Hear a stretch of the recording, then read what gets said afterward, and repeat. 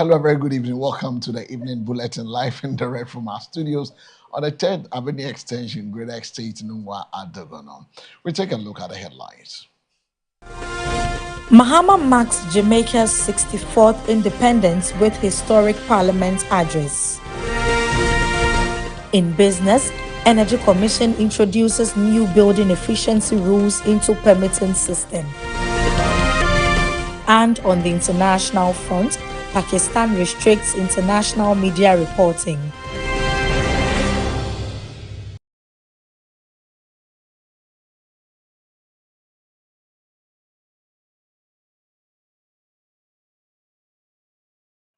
My name is El Samuels. The news is also live across our social media handles on MBN 360. We're bringing you local, some international stories, sports, and as well as entertainment right after this break. Details of the stories comes up.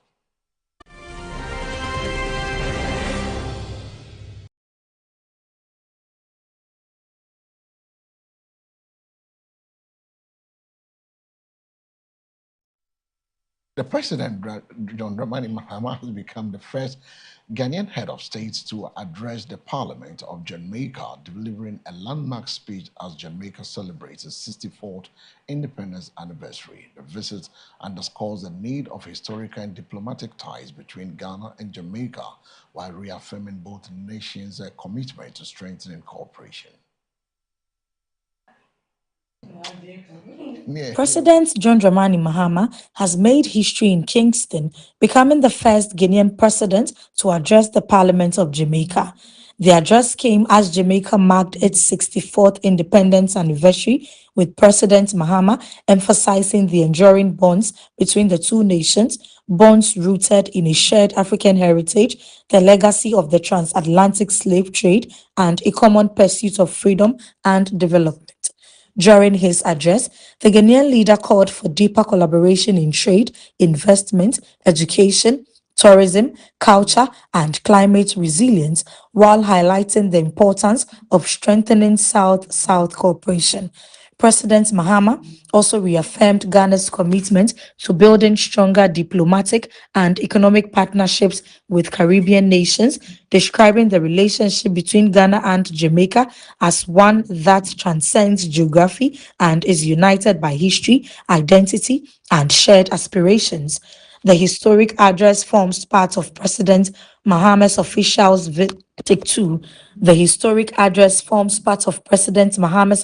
visit to Jamaica, aimed at expanding bilateral cooperation and reinforcing the long-standing friendship between the two countries. When we work together, our partnership becomes more than just a historical connection. It becomes a powerful force for global progress, for shared prosperity, and for lasting justice. Madam Speaker, history has brought Ghana and Jamaica together.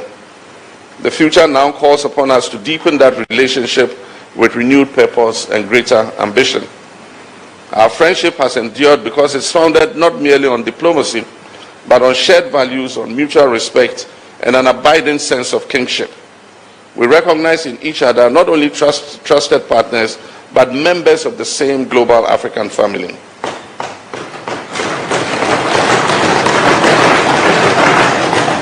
The task before us is therefore very clear.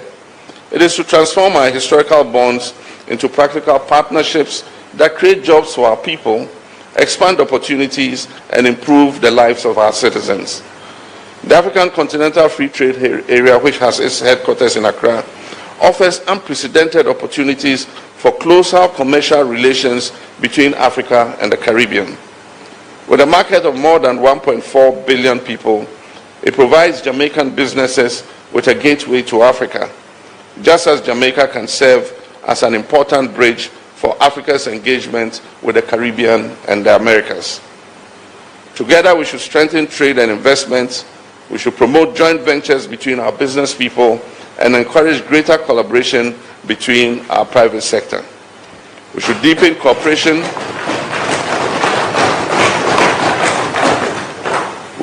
cooperation in agriculture, tourism, maritime transport, renewable energy, digital technology, education, healthcare, and the creative industry. And still at the Jamaican's parliament, the President John Dramani Mahama has delivered a powerful message of hope, identity, declaring that Africans are heirs to greatness, not slavery. The statement came during his historic address to the Jamaican's parliament, where he urged people of African descent to embrace their shared heritage and also shape a future built on unity, dignity, and progress.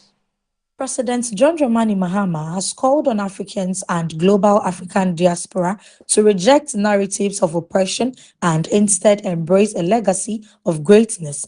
Addressing Jamaica's parliament during the country's 64th independence celebrations, President Mahama declared that Africans are heirs to greatness, not slavery, stressing that the continent's history extends far beyond the painful legacy of the transatlantic slave trade. He urged people of African descent to draw strength from their shared heritage while working together to build prosperous and resilient societies.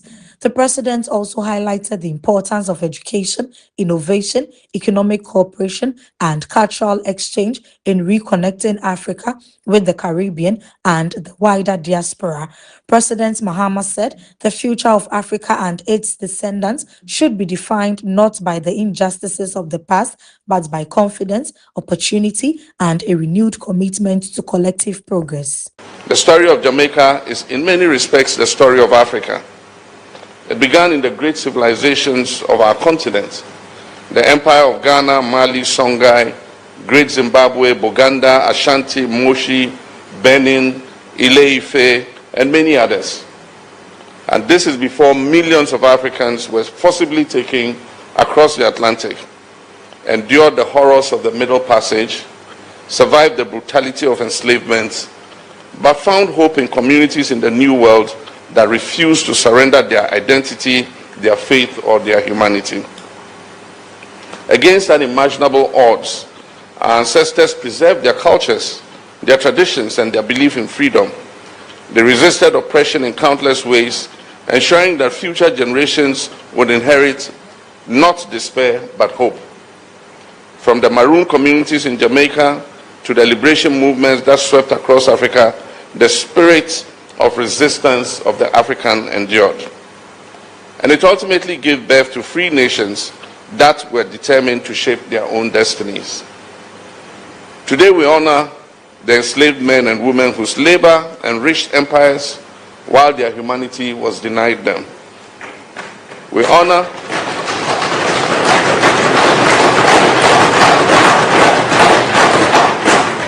those who resisted injustice. We honor those who fought for emancipation, self-determination, and national liberation. And we honor the generations whose sacrifice secured the freedoms that we enjoy today. Their courage reminds us that freedom is never given on a silver platter. It is earned through sacrifice. It is sustained by vigilance and is strengthened by unity. As we honor our shared past, we must also confront it with honesty and courage. History cannot be changed, but it can be acknowledged. And only by acknowledging historical truth can we build a future that is founded on reconciliation, justice, and mutual respect. The liberation of the African mind remains one of the defining tasks of our generation. It demands confidence in our own institutions, it demands belief in our own capabilities, and an unwavering commitment to accountability and excellence. Above all, it requires that our young people see themselves not as descendants of slaves, but as heirs to greatness and architects of an even greater future.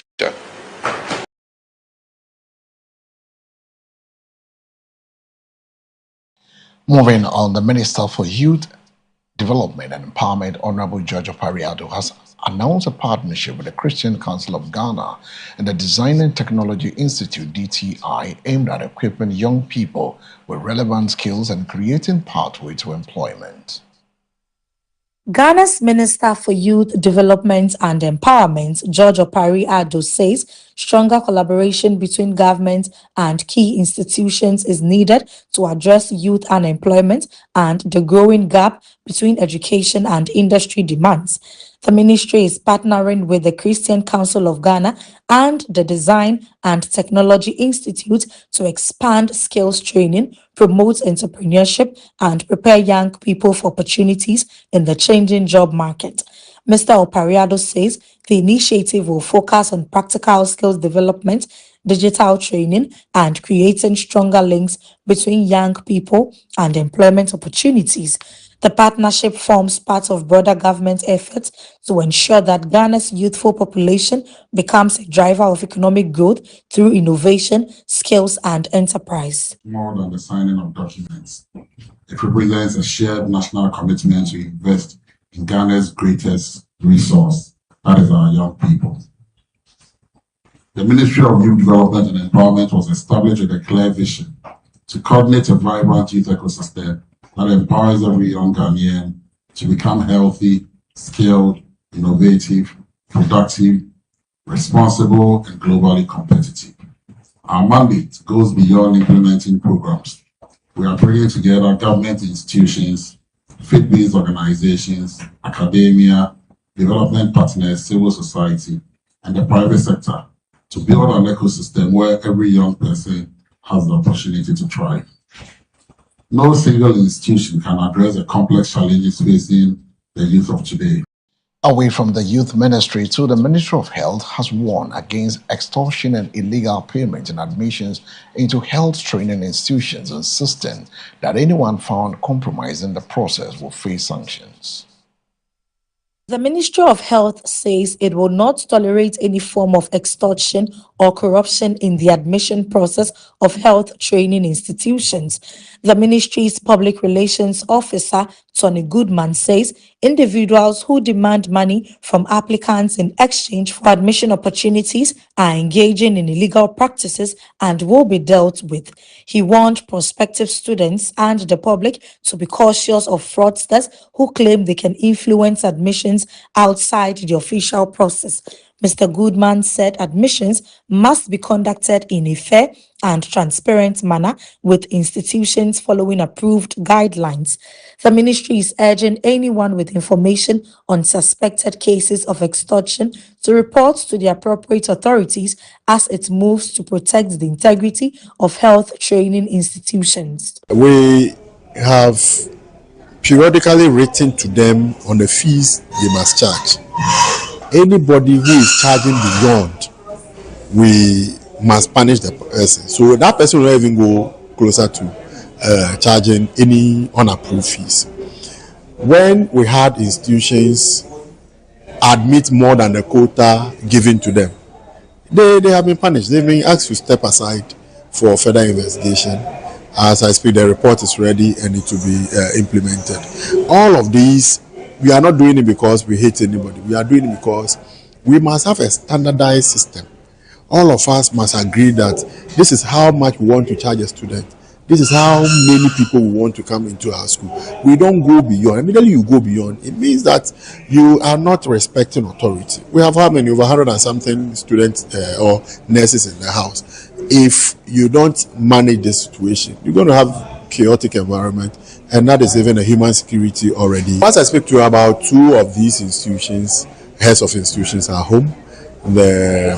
In Kanchina, NMTC, or Nelson Midwifery Training College is home. The Nalerugu principal is also home as I speak to you. We would monitor this academic year. We'll make sure that anybody who goes beyond our remit or the rules we have set for ourselves. That is why we are here. We are setting the rules. So if you live here, you must fall within. You can't do otherwise. Sustenance will come with punishment. As we continue to punish, as we continue to let people know that what they are doing is not right, others will follow. Others will know that what sent others home, I will not do that. So that is what we are doing. We will make sure that the gains we have chalked will be sustained, will be maintained by making sure that periodically we provide training. We have trained recently, we had training for them. We made them to understand the reason why all of these things are important. If you are not able to have a regulation to follow, we all would one day just come and do whatever we like.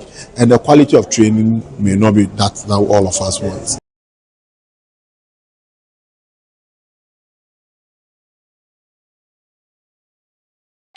Away from the Health Ministry to the Ministry of Education has directed all scholarship programs funded by the Ghana Education Service Trust Fund, GET Fund, must be administered through the Ghana Scholarship Authority in a move aimed at improving transparency and accountability in the scholarship system. The Ministry of Education has announced new measures to streamline the management of GET Fund scholarships by directing that all applications and awards go through the Ghana Scholarship Authority. Education Minister Honorable Haruna Idrisu says the directive is intended to create a more coordinated and transparent process for selecting beneficiaries of government-funded scholarships. The arrangement will see the Ghana Scholarship Authority serve as the central body responsible for processing and managing scholarship opportunities supported by GET Fund. The ministry says the move will help reduce duplication, strengthen oversight, and ensure that educational support reaches deserving students across the country. Officials say the reform is part of ongoing efforts to improve efficiency and accountability in the management of public resources within Ghana's education sector. Moving on, we go to the floor of Parliament, where the minority in Parliament demanding immediate action from government following a crash at the Brinslow Bridge are calling for an urgent assessment of the country's road infrastructure to prevent further loss of lives. The minority in Parliament is calling for swift intervention following a crash at the Brinslow Bridge, raising concerns over the safety of critical road infrastructure. The caucus says the incident highlights the need for urgent inspections, maintenance, and rehabilitation of bridges and major highways across the country.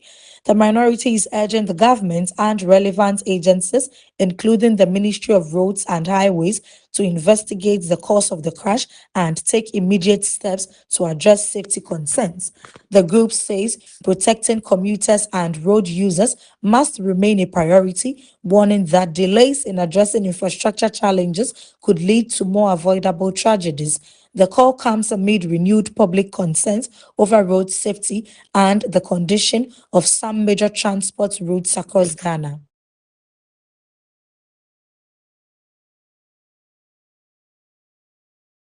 For the major stories on the local front, we bring you other stories, business, sports, and entertainment right after the break. Details of the business with Nadidi Gogo.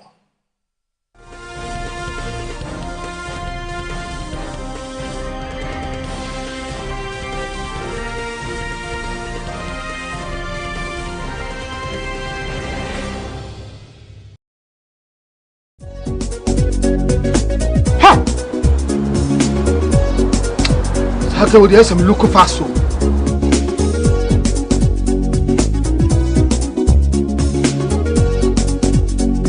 Mama, me again. Yes, we are late. Me call you, ma'am. Who hear me? Meant me and sent my friend doctor when I'm crossing over. See what we saw. She has malaria. Hey, malaria.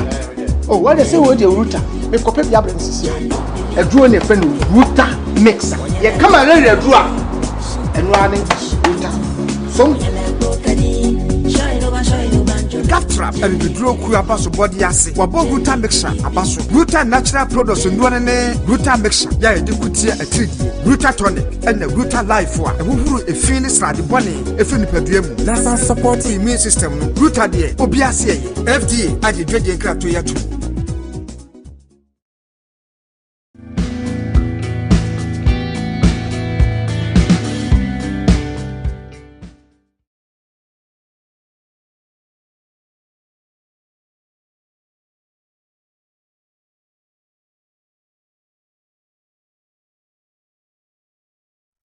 Welcome back from that break. This is the business news with me, Nadidi Gogo. In business, the Energy Commission has announced plans to integrate new building energy efficiency requirements into Ghana's building permit approval process as part of efforts to promote sustainable construction and reduce energy consumption. Ghana's Energy Commission is pushing for new building efficiency standards to become a mandatory part of the construction permitting system. The construction says the move will ensure that new New buildings are designed and constructed with energy-saving measures that reduce electricity consumption and promote environmental sustainability. Officials say the integration of energy efficiency requires into the permit process will help developments adopt modern construction practices while reducing long-term energy costs for building owners and users. The initiative is expected to strengthen compliance with national energy efficiency regulations and support Ghana's effort to manage energy demand. The Energy Commission says the policy forms part of broader measures to create a more sustainable and climate-resilient built environment.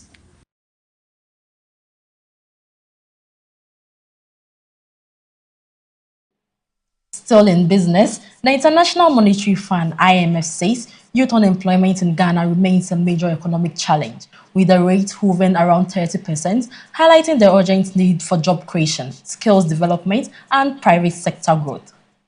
The International Monetary Fund says youth unemployment in Ghana remains persistently high, with about 3 in every 10 young people struggling to find jobs. The IMF says the challenge reflects a wider gap between education outcomes and labor market demands, as many young people continue to face difficulties transitioning from school into sustainable employment.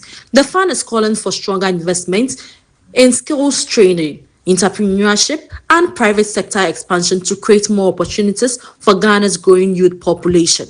Economists say addressing youth unemployment will require coordinated efforts from government, businesses, and educational institutions to equip young people with relevant skills for the changing economy. The IMF says creating decent jobs for young people remains critical to achieving inclusive economic growth and long-term development.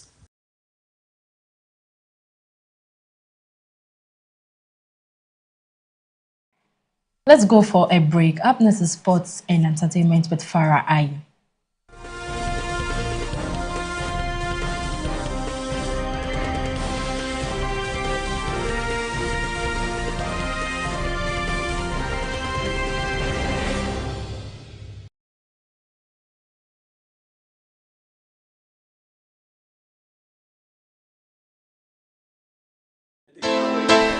Mfitiasie no menene kunu eware wo odro ene asumdue kwan so ya ware na chi no mene kwachu ba hotel pop pebi say ye besepeyo.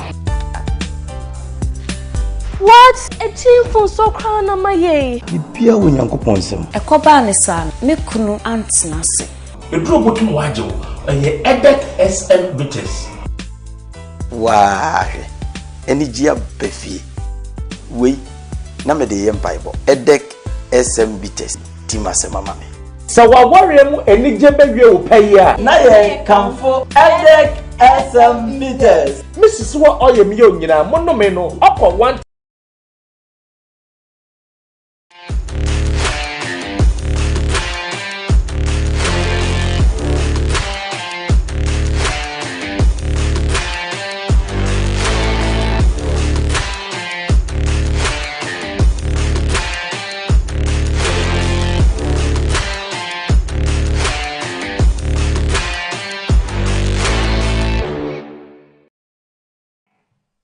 Good evening and welcome back from that break. My name is Farah Ayi, and if you just joined us, this is the Mega News at 6 right here on MBN TV. And don't forget, we are streaming live on our social media platforms on YouTube and Facebook at MBN 360.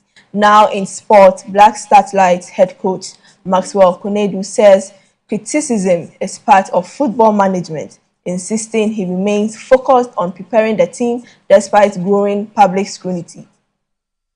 Black Satellite's head coach Maxwell Konadu says he accepts the criticism that comes with leading of Ghana's national football teams. Speaking on the growing scrutiny surrounding the team, Konadu said criticism is part of the job and comes with the responsibility of managing a side expected to deliver results. The former Black Stars assistant coach said his focus remains on building a competitive team capable of representing Ghana with pride on the international stage. Konadu expressed confidence in his players and technical staff, urging supporters to remain patient as preparations continue for upcoming competitions. His remarks come as expectations continue to rise over the future of the Black Satellites and Ghana's quest for success in youth football. Well, that is their opinion. I mean, you see this job, without pressure, football won't be football. Football will not be where it is today. So the pressure is what makes football what it is today. So now you want to talk about pressure. Yes, football must always generate this pressure, especially today that social media is very, very powerful and so common. Any small thing is out there. So we are used to it. The only thing is that some of you guys take things personal. You go and talk about trying to defame not me alone but other coaches. That one is not acceptable, but it's part of the job. There's nothing we can do about it. This is the profession we have chosen, and I don't know when it will change, but we have to learn to live with it. Coach.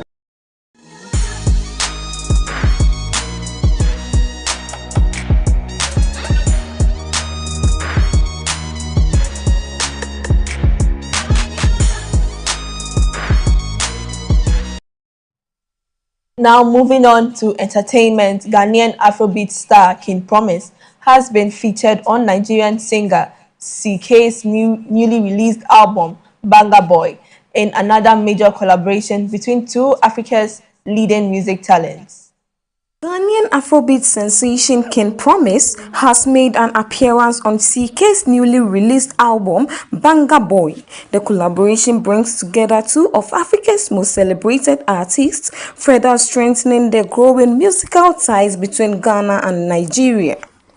The album showcases CK's signature blend of Afrobeats, R&B, and contemporary African sounds, with King Promise adding his distinctive vocals to one of the project's standout tracks. Music fans across the continent have welcomed the collaboration, describing it as another milestone for African music on the global stage. The feature adds to King Promise's expanding catalogue of international collaborations as he continues to grow his presence in the global music industry. Now that's all for sports and entertainment with me, Farah Ayi. Up next is the foreign news with El Samuels.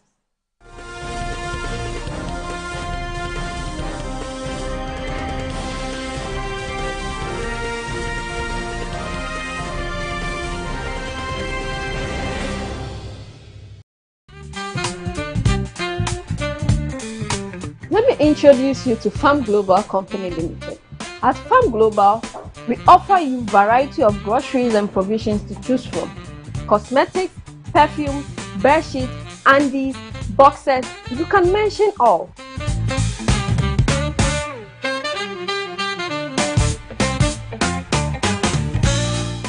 This is our perfume stand, and we have variety of perfumes you can choose from for yourself and your loved ones. We cover Latapa, fragrance world, and quality perfumes that will last long on your body. On our cosmetic section, we have variety of lotions, creams, hair pomade that can keep you going. Let your feet do the talking and your hand do the showcasing. Your babies are not left out. We got you covered.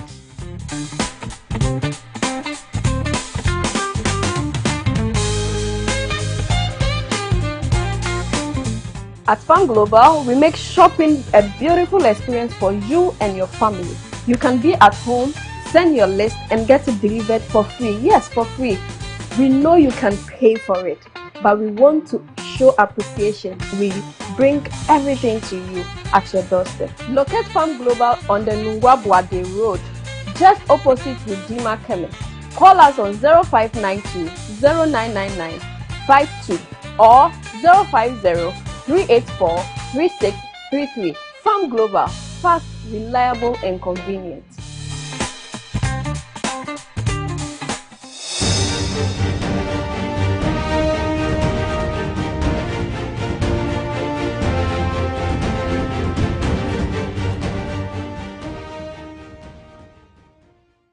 Welcome back from the business desk as well as sports and entertainment. Turning our attention to the foreign front, Pakistan has introduced new restrictions on international media reporting, a move authority says is aimed at regulating foreign news coverage, but one that has raised concerns among press freedom advocates. Pakistan has announced new restrictions affecting international media organizations operating in the country. Under the new measures, foreign journalists and media outlets will face tighter regulations on reporting and access, with authorities saying the changes are intended to strengthen oversight and safeguard national interest.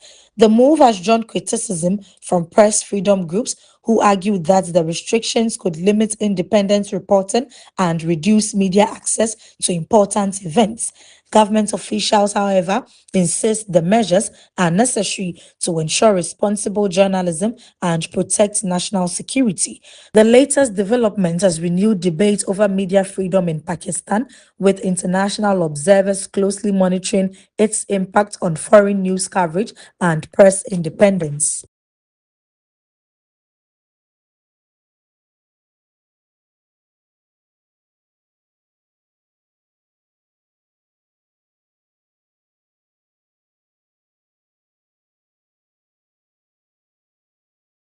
Now, moving away from Pakistan, the European Union has praised Spain for its rapid response to migrant situation in Ghouta, describing the country's action as crucial in managing the humanitarian and border security challenges at the EU's southern frontier.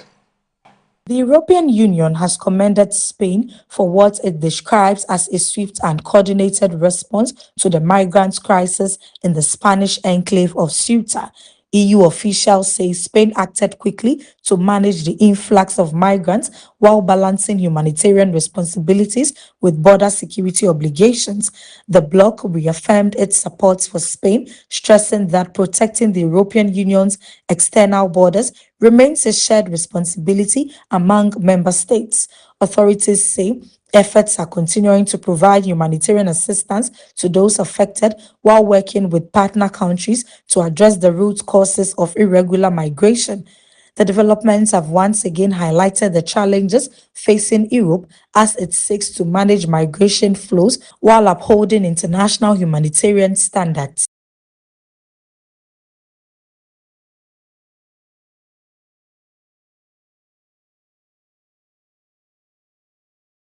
And that brings us to the end of this evening bulletin, coming to you live from our studios in the 10th Avenue Extension, Great Estate, Nungwa Adogono. But before we take leave of you, we take a second look at the stories making headlines.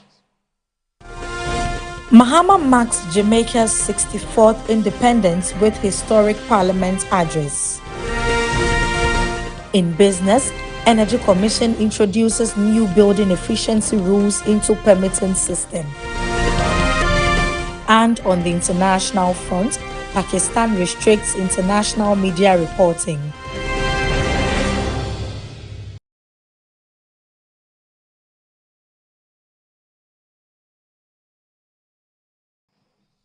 Thanks for staying with us. For more news, log on to MBN 360 Business. Details was brought to you by Nadede Google, Sports and Entertainment, Farah Ayi. My name is El Samuels. Make a date, same time tomorrow. Do have a good evening.